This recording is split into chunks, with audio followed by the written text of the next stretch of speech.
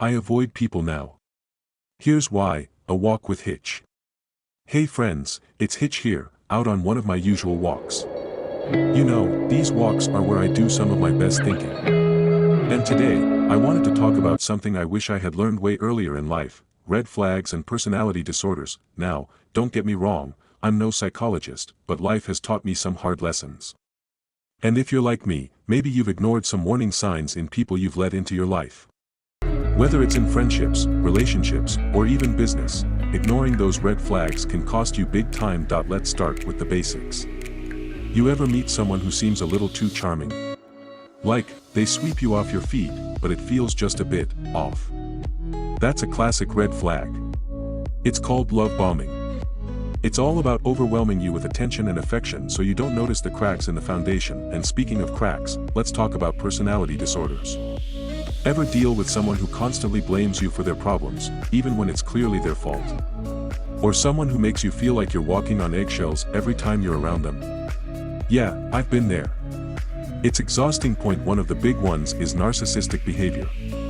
Now, not everyone who's confident or ambitious is a narcissist, but if someone is constantly putting themselves first, belittling you, or making everything about them, that's a major warning sign. Then there's the hot and cold dynamic. One day, they're your biggest fan, and the next, they're ghosting you or tearing you down. That roller coaster of emotions. Not healthy. If someone's making you question your own sanity, it might be time to reevaluate that relationship. Here's the thing: we don't learn about this stuff in school.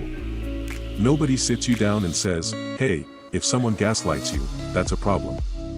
Or, here's how to spot toxic behavior before it derails your life. But wouldn't it be great if they did?